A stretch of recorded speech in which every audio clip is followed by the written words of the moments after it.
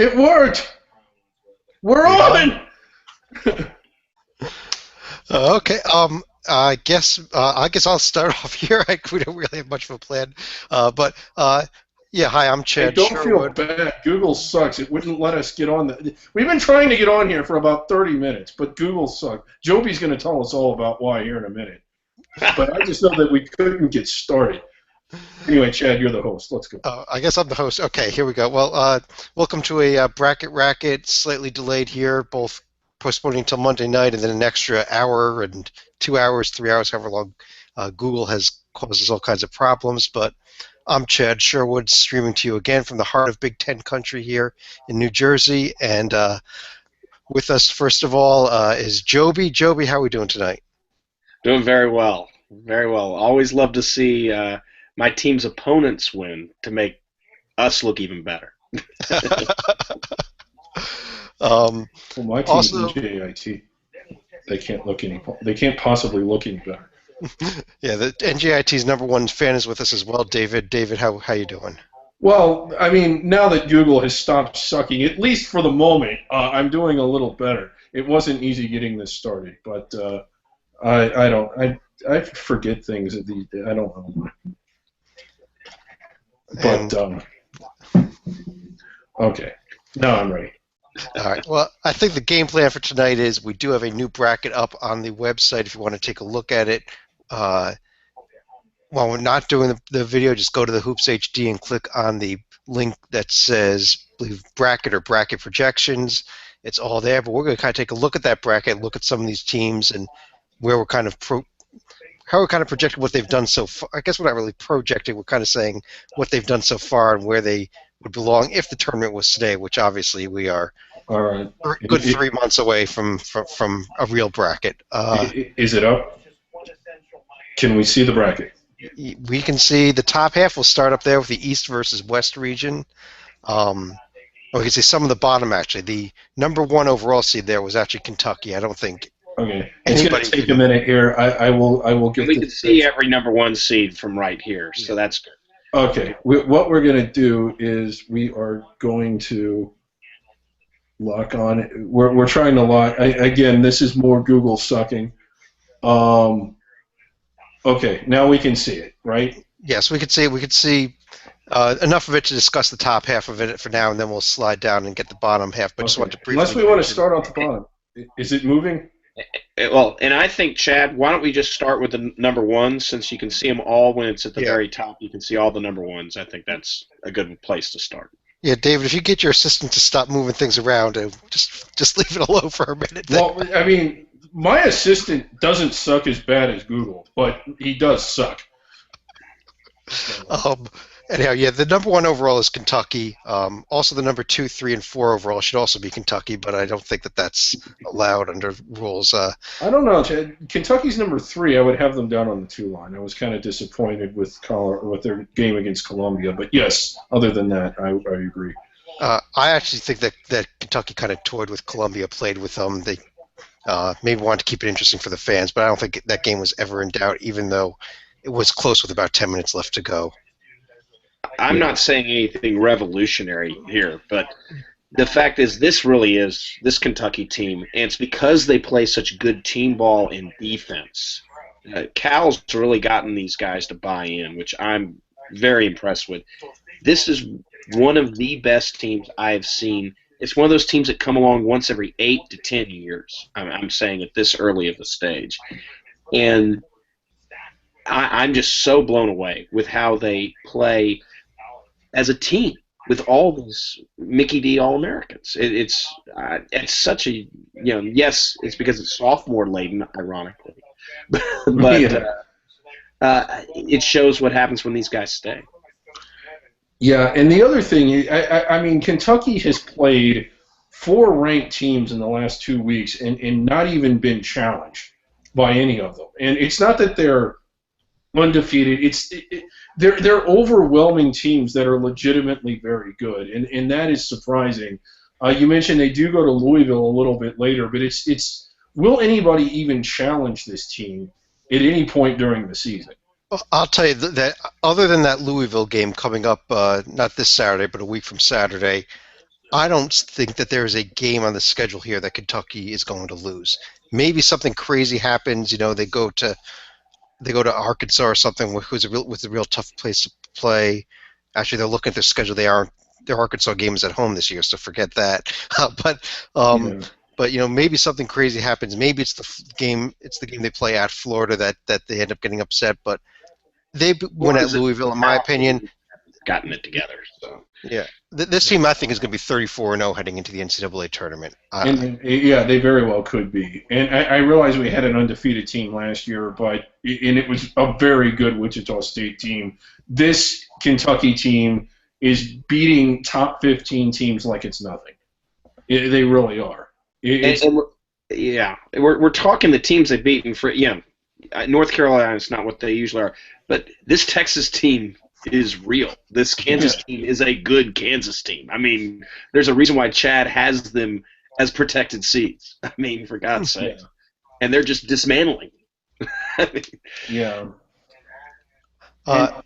Well, next, and I'm assuming Duke is the number 2 on your S curve, and again, it's a very dominant.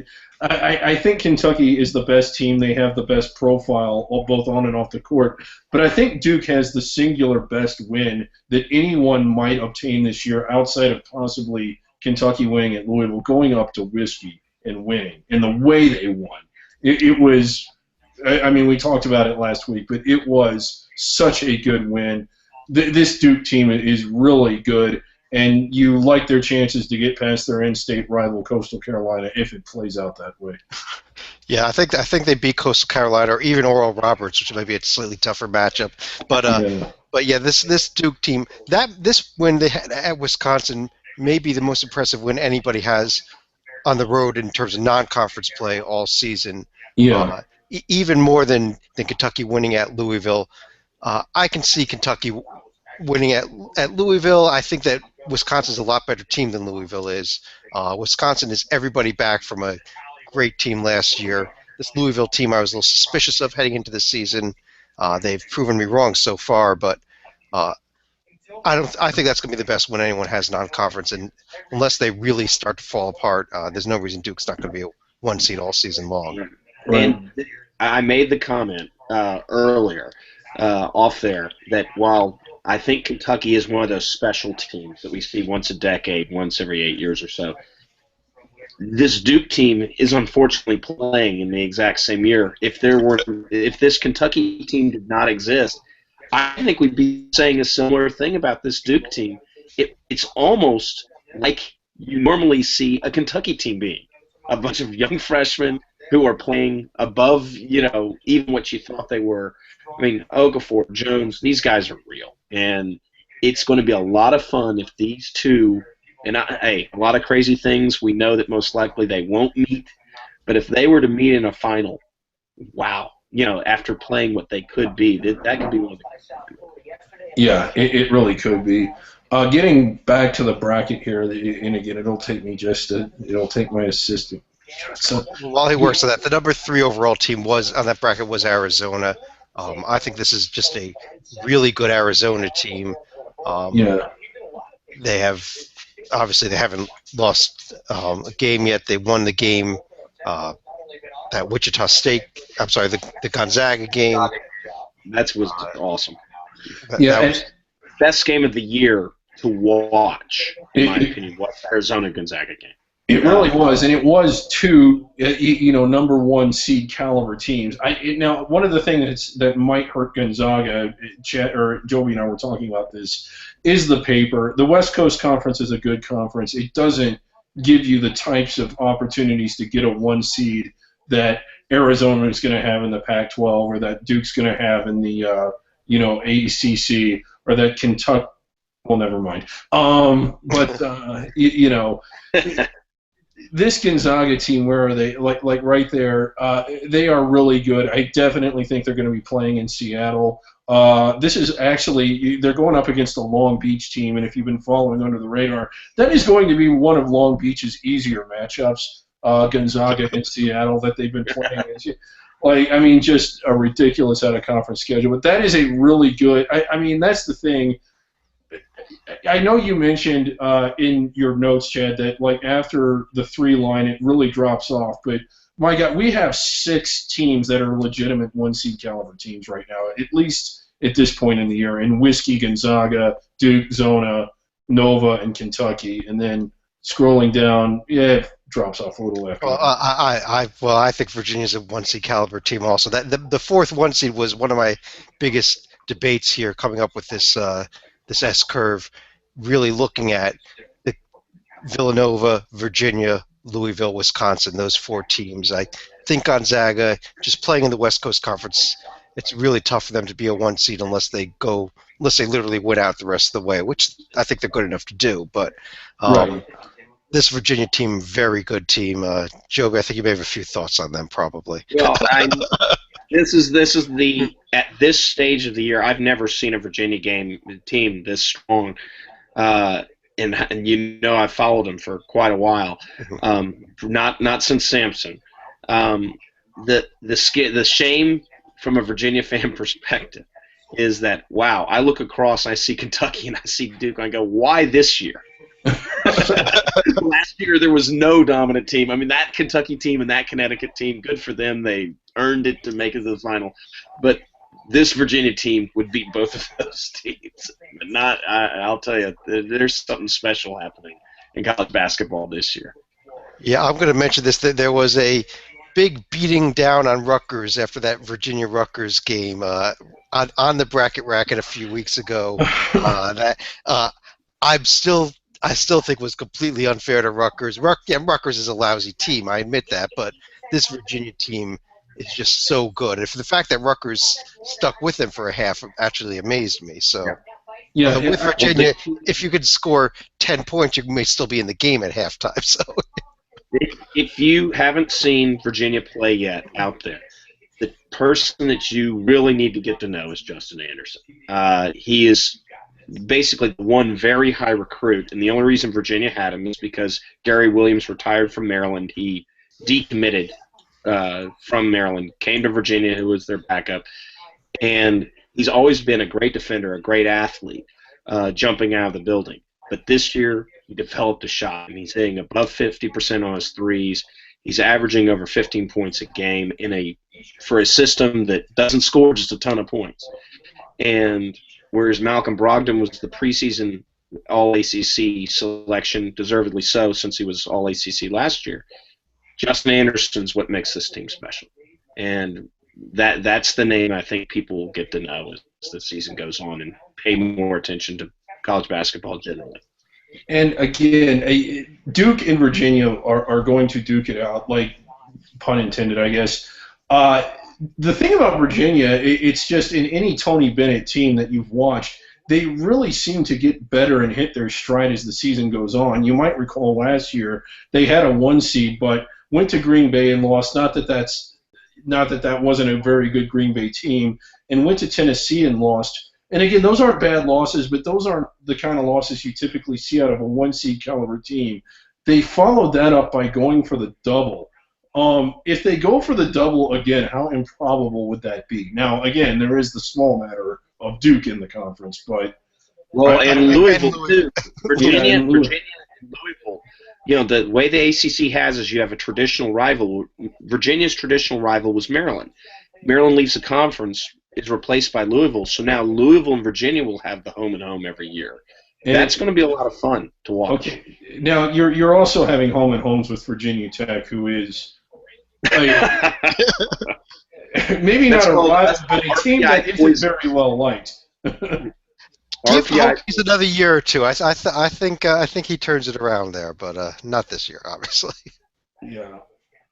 Well, and watch Virginia lose in Castle. That's the thing it's going to be the Super Bowl for the Hokies this year. So. It could be. No. Whoa! That is not what we want. Yeah, we kind of skipped over this Villanova team a little bit. We really haven't talked about them. They're kind of almost under the radar among the top 10 teams nationally. I don't think really many people are talking about them. I think that I kind of ended up giving them the 1 seed just because the way the whole Big East so far has performed this year has been amazing. I think I ended up with 7 teams from the Big East in this field. their best wins are so far VCU and VCU. Illinois, both at neutral Yeah. courts, which are good wins but not great wins. Big Syracuse game coming up this weekend. That's actually going to be in Philadelphia. So, Yeah. but I just think that this Villanova team has looked really good, just the way they've played so far. I agree, Chad. They've looked good. I would err on Louisville would be my team right now. Okay. Like what they did against Ohio State. I think in a year of great freshmen, the best freshman of them all sits in the Yum Center in Harrell, and that in itself is going to be worth the price of admission in a week and a half when Kentucky and Louisville go. That's good. I'm going to love to see how Kentucky's team defense take on this talented player and see who wins. And that's going to tell us a lot about both teams. It might just tell us that both teams are pretty darn good. Okay. Yeah. Now we're not done talking about. Did I get it up before we were actually done talking about Nova? Or did my assistant? Well, Nova's there on the one line against Vermont. That's a tough matchup. Those Catamounts are a dangerous team there. Okay. Well, I just want to make sure my assistant's doing his job. Look at the 3 seeds. The 2 seed there are Ohio State and Kansas. Ohio State doesn't have the resume at all yet this year, but I just think that in the end, and this was kind of putting them on the 3 line was more of a this is how good of a team I think they are. They only there have is that, Chad. I mean, they have no resume, they have no credentials, but hell, put them on the 3 line. But they have one loss, and it was to Louisville. Everyone else. You were just fearing that Kyle was going to be on this call. Yeah. I really do think this is a good Ohio State team. We'll find out more about them this weekend when they play North Carolina. That's it. I think that's in that CBS Sports Classic, if I'm correct. Yes. Yes. If they lose that game, then we can forget about it. We can drop them down to like a 13 seed or something. Okay. Yes. Let's do that. Let's drop them down to a 13. All right. Now, and again, looking here at your other 3s, Texas, Washington. You're way more impressed with them than I am. I realize they're undefeated. I just don't think that they've beaten anyone to indicate that they're up that high. And Eastern Washington. Well, yes, we all like Eastern Washington, but what line? I mean, they're about 10 lines lower, and Washington trailed for about 38 minutes. No, it's the San Diego State win that I'm really that is true. That's a good one. So, and then Texas we talk and okay. Moving on. I didn't know you were such a fan of the Redhawks. Right there on the 4 line. That would be the other Miami of Florida, not Miami. This Miami team has really been one of the most surprising teams I think nationally all year, and really look good. I think they're going to be better as the year goes on, which is the scary thing. That's how Larinaga usually plays it out. I think Miami, you're exactly right. They are definitely a surprise team and one to watch down the road. The top half of the ACC is going to just be murderous, but then there's that other half of the conference. Yeah. Wichita State, I had down here at a 4 seed. I know that I think they're ranked even better than that nationally, but I don't think they've been as impressive this year. They did have that loss at Utah. It was a good game. It was an overtime loss by 1 point, but the fact that they're not going to get that many chances, especially playing in the Missouri Valley Conference, and I do not expect them to go undefeated. I think Northern Iowa is a really good team, and in the end, Northern Iowa may end up being the better team than Wichita State, but we're not quite there yet. Yeah, I really like this Northern Iowa team as well. Northern Iowa, if they can hit their 3s, they're going to be tough to beat by anybody. They played just a hell of a game. One of Gonzaga, Arizona I would rank as the best game of the year as far as eye candy. But it was a lot of fun watching that VCU Northern Iowa game. Yeah, it really was. 10 minutes of free basketball. VCU's a team, and again, if you've watched them, especially since Shaka Smart has been coaching, they really don't get started till about the middle of December anyway. Like the Final 4 year, they lost some early games. The year after that, where they went on another run. I think they started off 3-3 or 3-4. So this is par for the course. VCU's still going to have a big year, I think, and they got a really big win against a good Northern Iowa team the other night. So Yeah. Looking on the 5 line here, Joby, I know you're a big ACC fan, so what about this Maryland team? Oh, wait. Well, let's see. Maryland obviously right now is down, their best player. And the fact that they're still playing extremely competitive, except for maybe the Virginia game,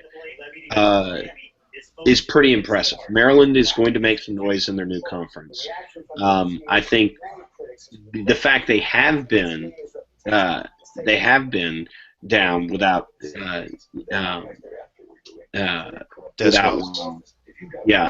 without Wells, I think shows that they're learning to play without him. With Lehman and people like that, they could be really tough, and you might be flipping them with Ohio State at some point. When you're talking with conference.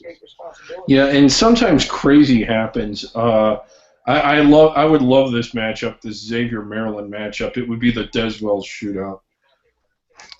Real interesting game coming up this weekend, Sunday.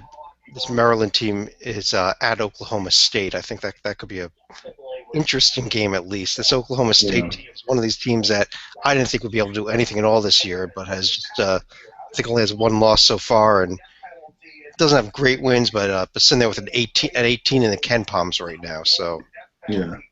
So I do have a question. Is this, are the Johnnies for real? That's a tough one for me because I did not believe in this St. John's team at all. I think you agreed with that, David, heading into the season, that this St. John's team, which a lot of the experts were picking to be one of the top teams there in the Big East this year. Yeah. But now they won at Syracuse, they beat Minnesota, and most importantly, they beat NJIT. So they're going to have to prove themselves in conference. They do have a non-conference matchup in January against Duke, but I don't expect them to win that game. Yeah, I don't either. You know what? Losing to Gonzaga this year, on a neutral court, that's not embarrassing by any stretch. That was actually at Madison Square Garden. It was technically a home game for yeah, them, so. Yeah, and I would hope, and I think they will. The committee will consider that a home game. Will they? Yes. Yeah. Okay. Have we said that? Have we dispatched the SID? That is Chad. Yes, it's true. Because more than 3 home games are played by St. John's at Madison Square Garden, all games are considered home games. Okay. That's good.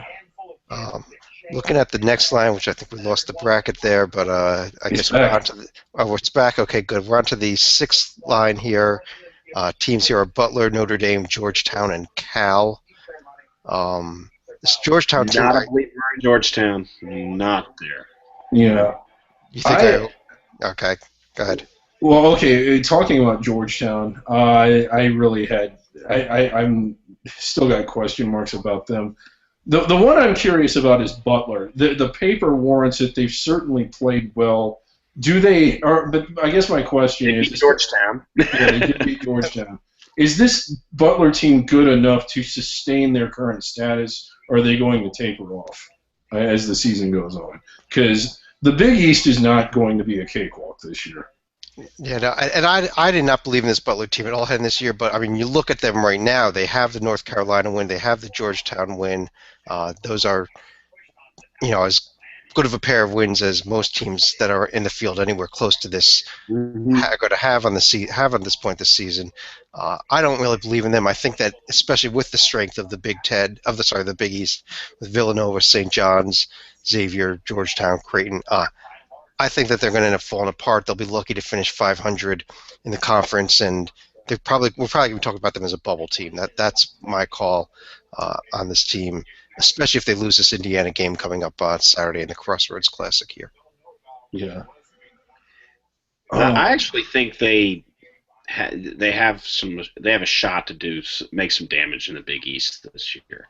Really? Big East we know that, but I actually think for instance, like I said, they beat Georgetown already head to head. I think that's a sign of things to come. Do I think they're a protected seed? No, but I think they'll be well within inside the bubble, and I could be proven wrong. But I Well, I like the agree. post. Yeah, I think they're going to end up inside the bubble. Nothing. What do you guys think of this Notre Dame team so far this year? This I has was been just about to ask you all that. Grant is here. That Grant is back. The team is 180 degrees different. I actually would. I'm very impressed with them so far. I'm surprised I'm saying that out loud too.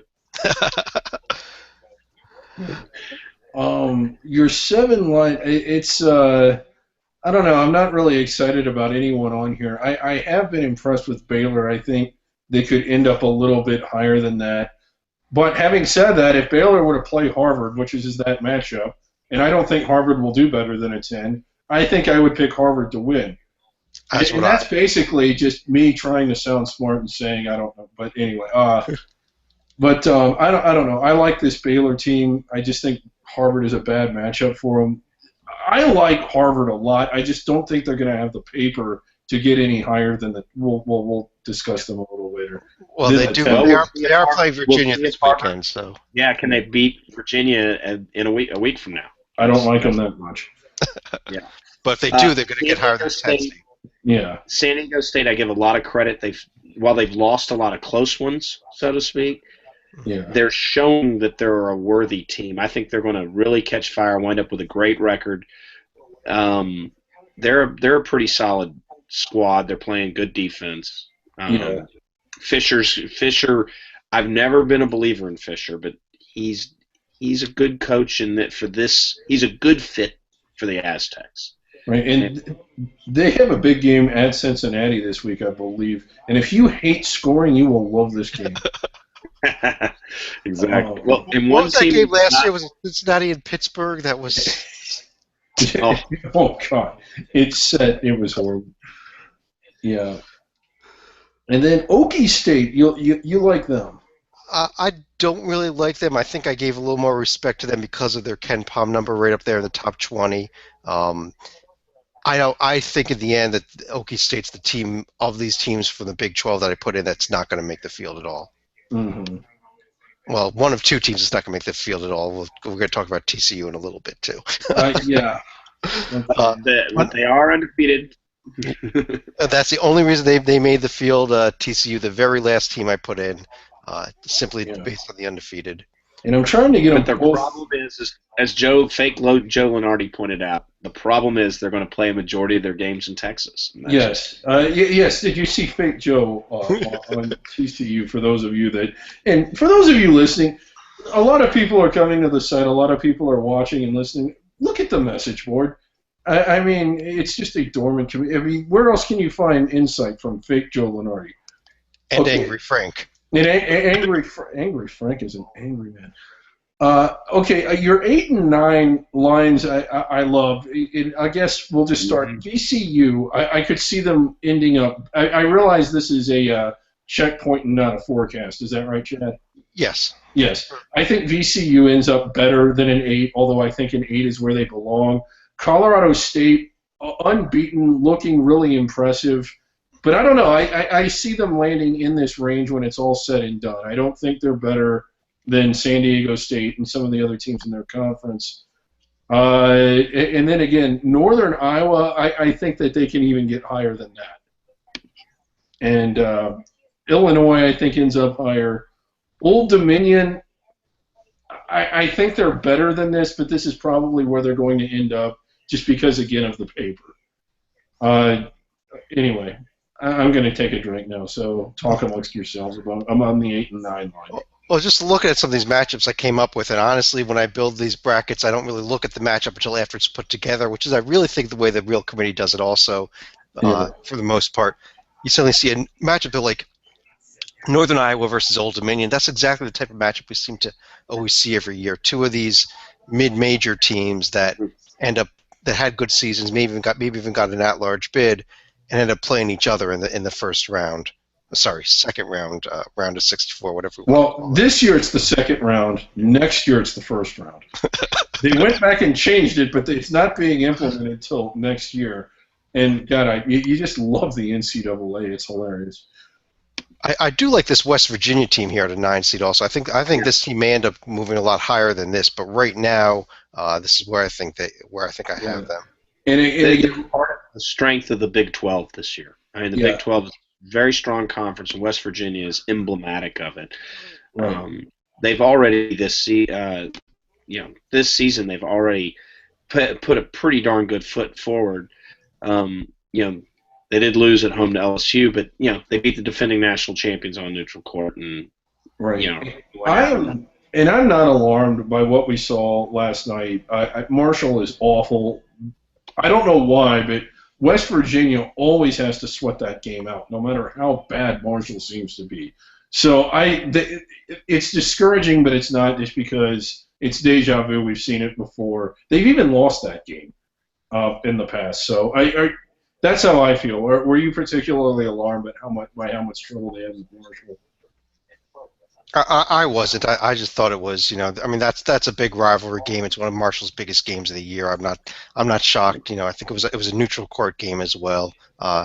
In the end, they won the game, and I think that's all the committee's could have really counted. Right. It was a neutral floor game on one of the worst floors in the nation.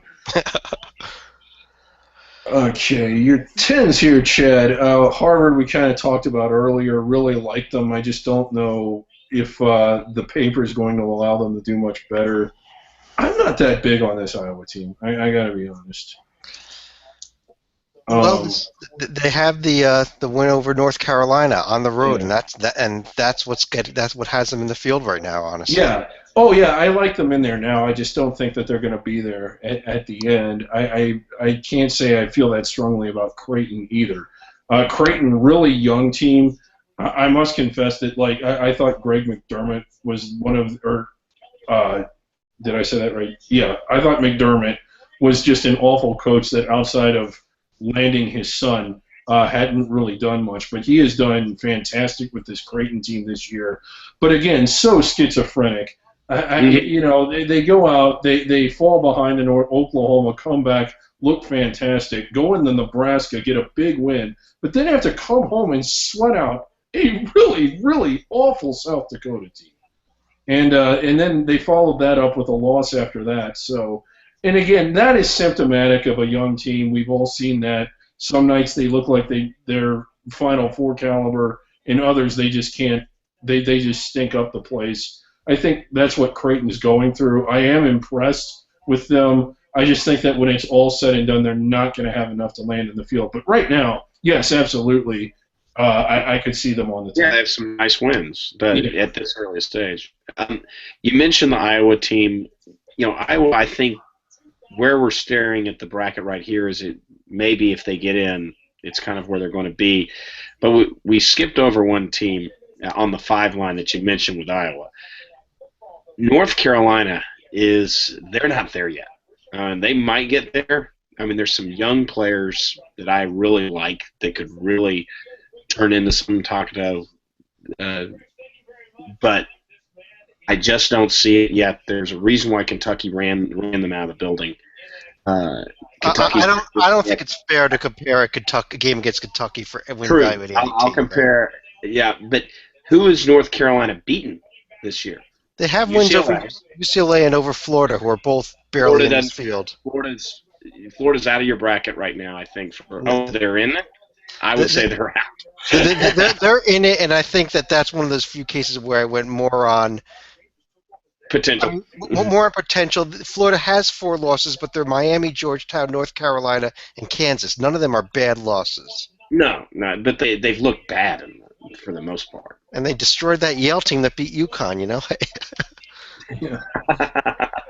Oh, yes, they did. Oh, God, it was a bloodbath. They're actually going to get their own shot at UConn coming up January 3rd, so we'll see how that game comes out. Yeah. I think we're up to the Iowa being out of 10 is why it's probably good to have Syracuse in the field right now. There's a lot of discussion, will Syracuse miss the field for the first time since, I think, 2008? And that's a legitimate discussion to have. They've, like you mentioned with Creighton, been up and down. They have a nice Iowa win, but then they followed up, with a little bit of a state performance, follow through. So, the question is Syracuse. Do you guys see where do you see Syracuse at the end of the year? I think it's Syracuse. I mean, it's tough to look at the res. I mean, their 3 losses are all to team. Well, 2 of them are teams that are in this field. The Michigan loss. They lost to Michigan before Michigan fell apart. So that may be something we end up discussing. Come the end of the season, that Michigan was still playing well at that time. I mean, they're definitely going to get their chances in ACC play. They're going to need them. I don't see them winning at Villanova this weekend, so they're going to need to pick up wins over likes of Carolina and Duke or Louisville during the season. Yeah, and another thing is that they might just put them in just because we want to see them play UConn.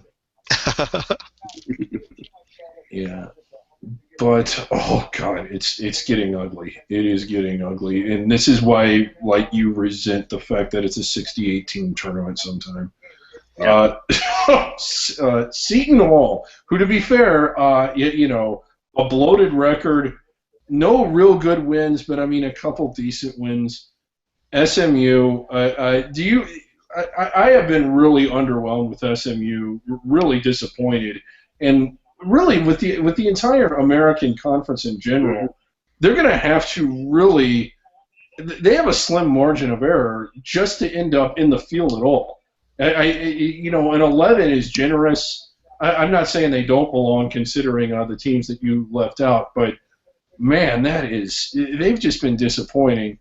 Florida, I do think they're going to right the ship and get inside the bubble. Again, 11 is generous now, but I could see them ending up a little bit safer. And then Arkansas. Florida has, David. The problem Florida has is that their conference isn't very good unless you're being Kentucky.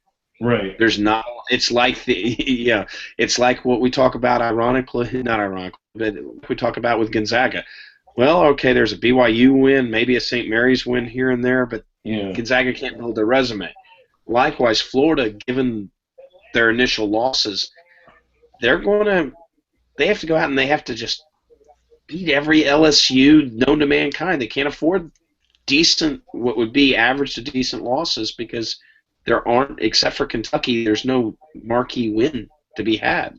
There's no marquee win in the SEC this year, but I think the middle of the pack in the SEC is up a level from where it was in a couple of prior years.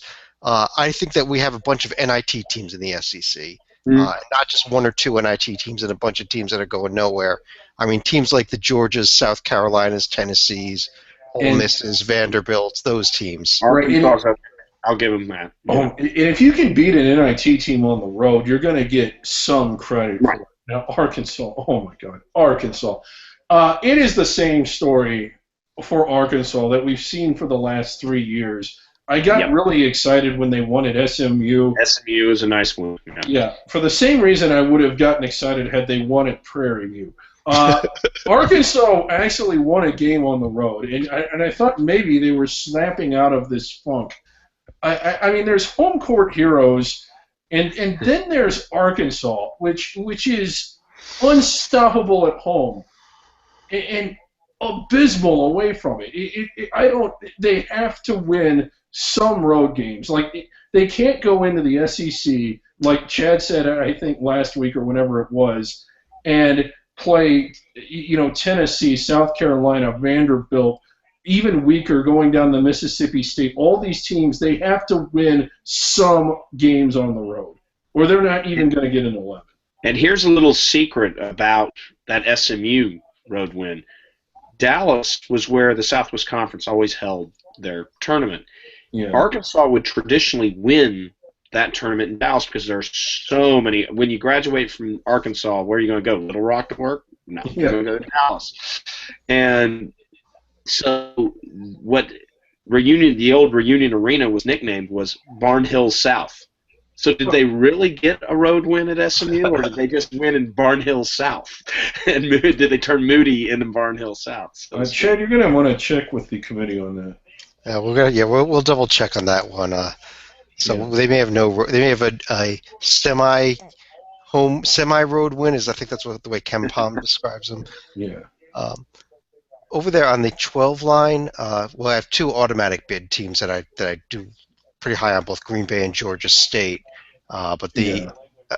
at-larges, Xavier just avoiding the first four, and Dayton I have playing on their own home court in the first four against Indiana. Which is appropriate since that's the only place they can seem to beat anybody. Dayton, another team, traditionally horrible on the road, a home court hero. They really did snap out of it last year, winning 3, I think, out-of-conference road games, and then really doing well down the stretch in conference, both at home and on the road, and then, of course, the tournament. But, again, going to Arkansas, and again, Arkansas is a top 5 team at home, seemingly, but just got flattened. I mean, flattened over the weekend. And then again, your other 12s, I really like. So again, was this bracketing purposes, or are Green Bay, Georgia State, and Xavier sandwiched in between the bubble there, between St. Mary's and TCU? I actually had, in terms of the S curve, I had both Green Bay and Georgia State above St. Mary's and TCU. St. Mary's and TCU were properly down on the 13 line. Right. And SMC had did they get a big road win over the weekend? Over Creighton, yeah. Yeah. That's a good win. I don't think St. Mary's has lost yet, have they? They did. They lost at home to Boise State. Oh, that's right, they did. And yeah, that was kind of an ugly game. TCU. Oh boy. I was stuck with. Well, here, let me read off to you the other 7 teams that just missed the field. These are the next 7 teams after TCU. Where are they at here? Okay. Rhode Island, Providence, Penn State, UTEP, Oregon, Ole Miss, and Tennessee. I couldn't make a case for any of them to be better than an undefeated TCU team. And that was the problem. That's why TCU State just beat GW last night, so there you go. Mm-hmm. Yeah, GW's not on the field. But they're a high seed in the NIT. And and I guess that's it for the bubble.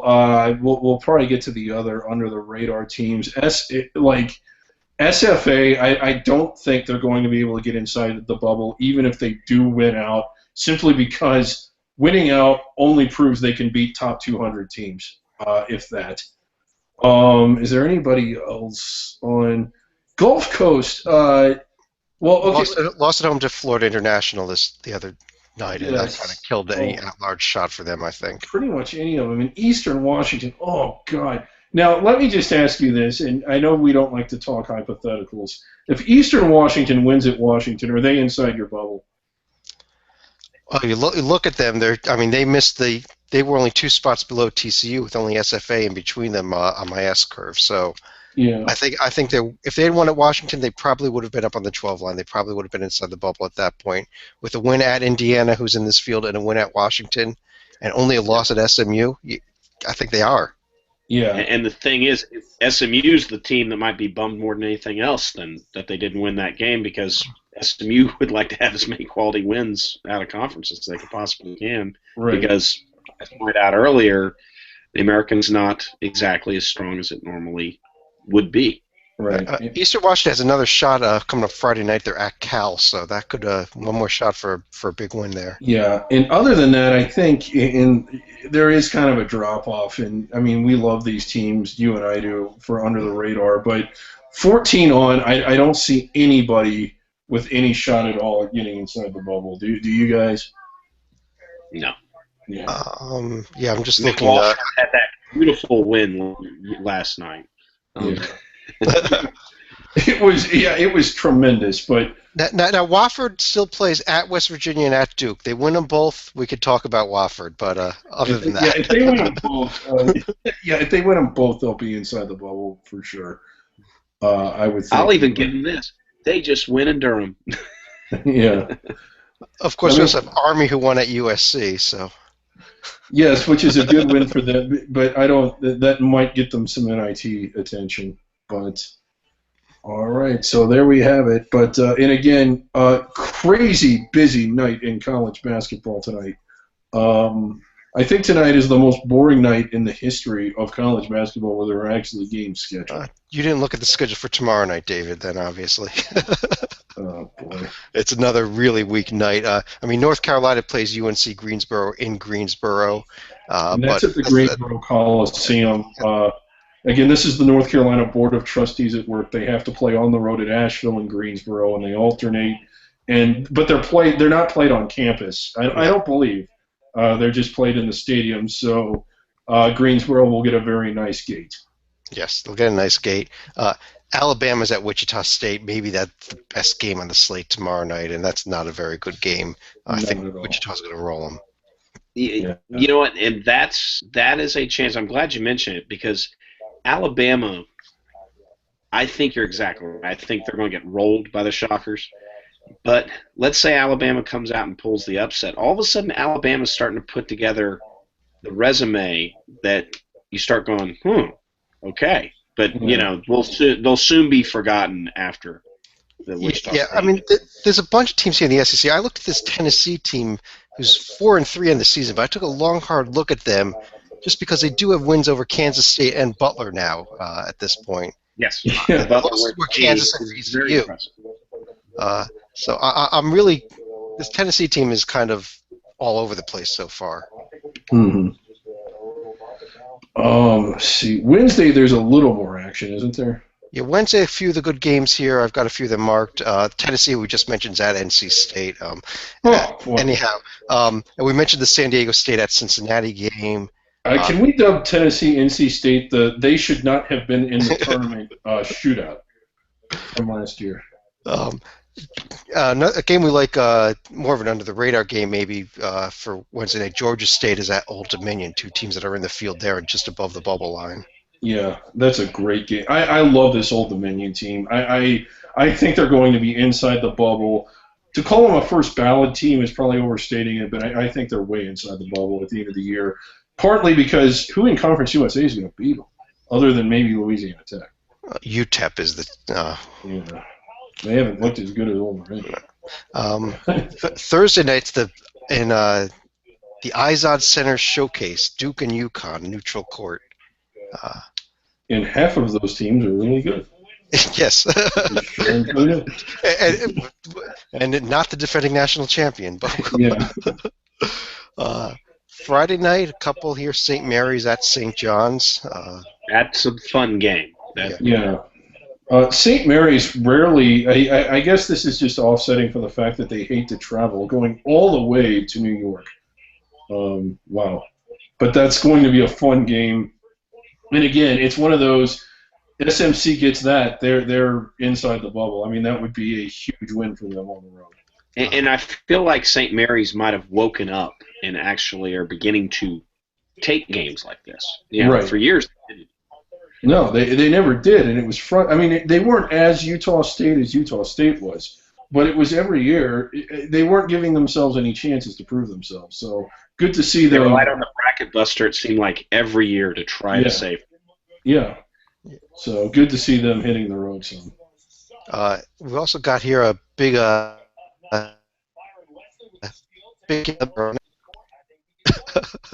no comments, huh? Chad, could you repeat that? I think you cut out there.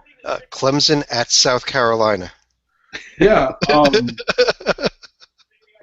Well, hey, Clemson beat that Arkansas team, so that wonderful Road Warrior Arkansas team. So. And Clemson is at Angry Frank will be up for that one.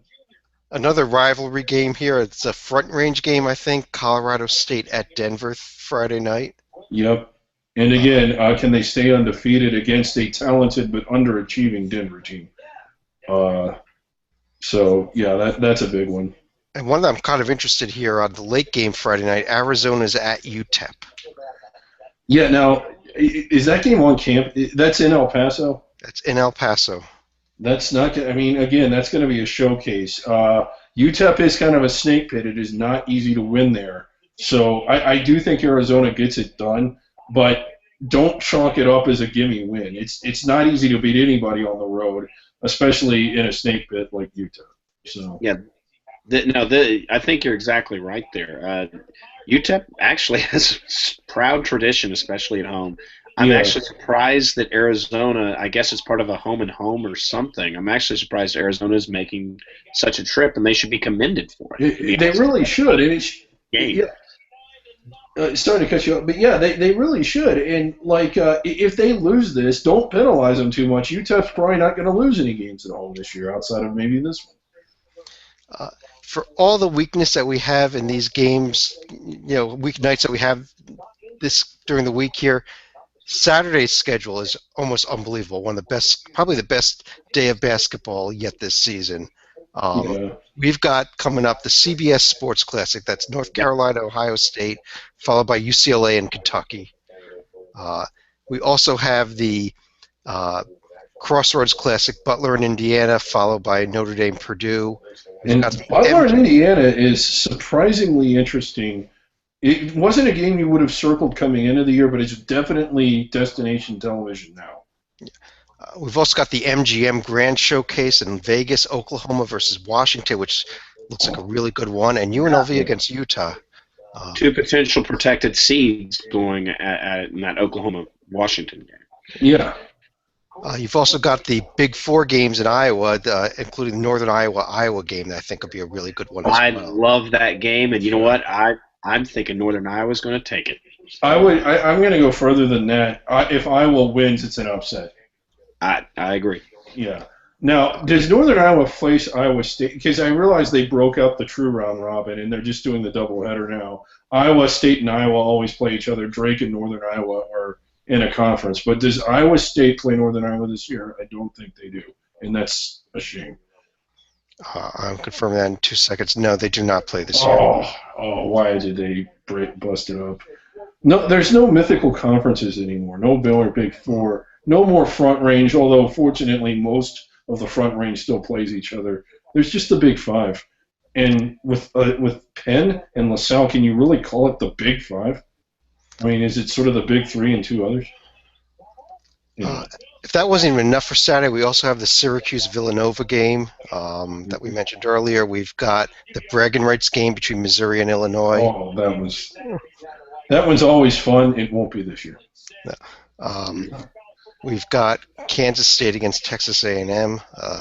Okay, stretching for some of these. West Virginia against NC State.